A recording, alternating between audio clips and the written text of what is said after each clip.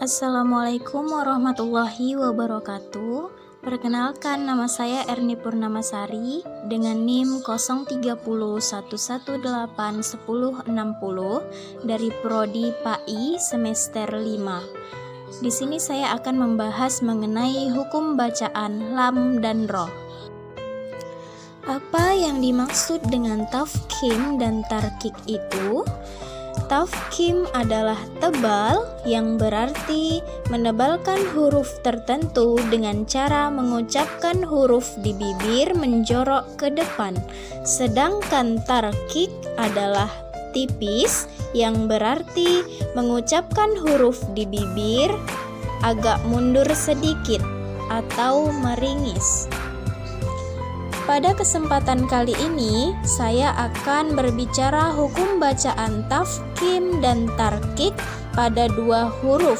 Yang pertama huruf lam dan yang kedua huruf ro. Pembahasan yang pertama pada huruf lam. Hukum lam jalalah. Apa yang dimaksud dengan lam jalalah itu? Lam jalalah adalah lam yang terdapat pada lafaz Allah. Nah, lam jalalah bisa dibaca dengan dua cara.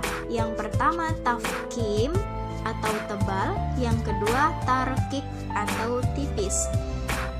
Kapan lam jalalah itu bisa dibaca dengan tebal?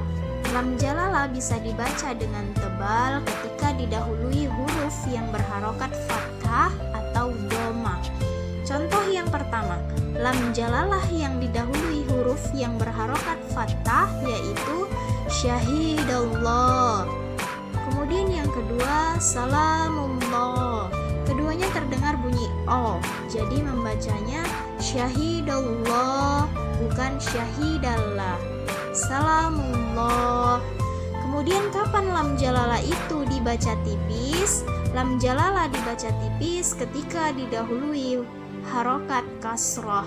Nah, contohnya adalah bismillah, bismillahi. Bunyinya terdengar a, yang benar membacanya bismillahi bukan bismillahi, tapi yang benar bismillahi. Selanjutnya kita akan membahas huruf ro. Kalau yang tadi kita membahas huruf lam, sekarang kita membahas huruf ro. Ro tebal ya. Kapan ro itu dibaca tebal? Ro itu bisa dibaca tebal ketika yang pertama ro itu berharokat fathah atau fathatain. Contohnya rasulun. Ro jadi dibaca tebal gitu ya. Kemudian yang kedua, ro bisa dibaca tebal ketika ro itu berharokat dhammah atau dhammatain. Contohnya aktsaruhum. Yang ketiga, ro yang berharokat sukun yang didahului fathah. Contohnya wal ard. Yang keempat, ro bisa dibaca tebal ketika ro yang berharokat sukun didahului huruf yang berharokat dhammah. Contohnya hurmatan.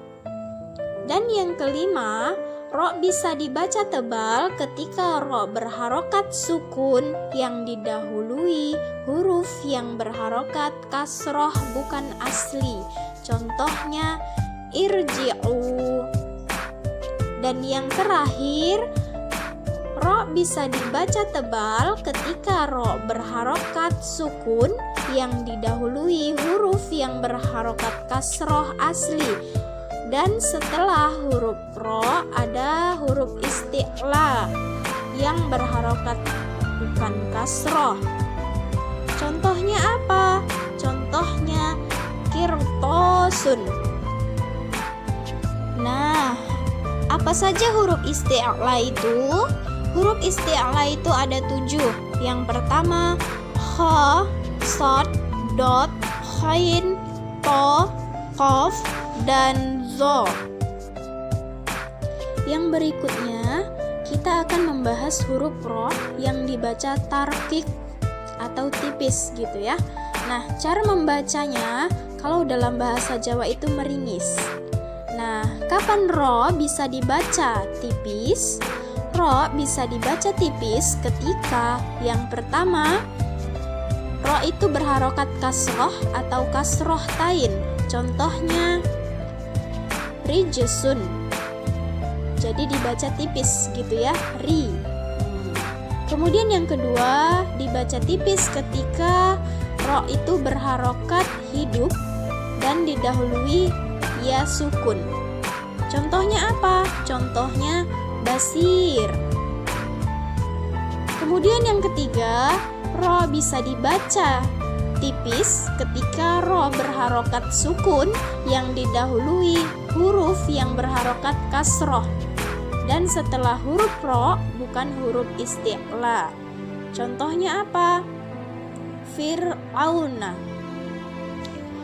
Yang berikutnya kita akan membahas jawazul wajhain atau dua wajah. Apa yang dimaksud dengan jawazul wajhain di sini? Yang dimaksud dengan jawazul wajhain yaitu roh yang boleh dibaca dengan dua wajah. Roh boleh dibaca dengan tebal, juga boleh dibaca dengan tipis. Kapan roh itu boleh dibaca dengan tebal dan kapan roh itu boleh dibaca dengan tipis? Roh boleh dibaca dengan tebal dan boleh dibaca tipis ketika roh berharokat sukun, kemudian didahului huruf yang berharokat kasroh, dan setelah huruf roh ada huruf isti'la yang berharokat kasroh. Contohnya apa? Contohnya kullu firqin. Demikianlah materi yang dapat saya sampaikan. Semoga bermanfaat dan dapat menambah ilmu, wawasan, serta menerapkan saat membaca Al-Quran. Terima kasih. Wassalamualaikum warahmatullahi wabarakatuh.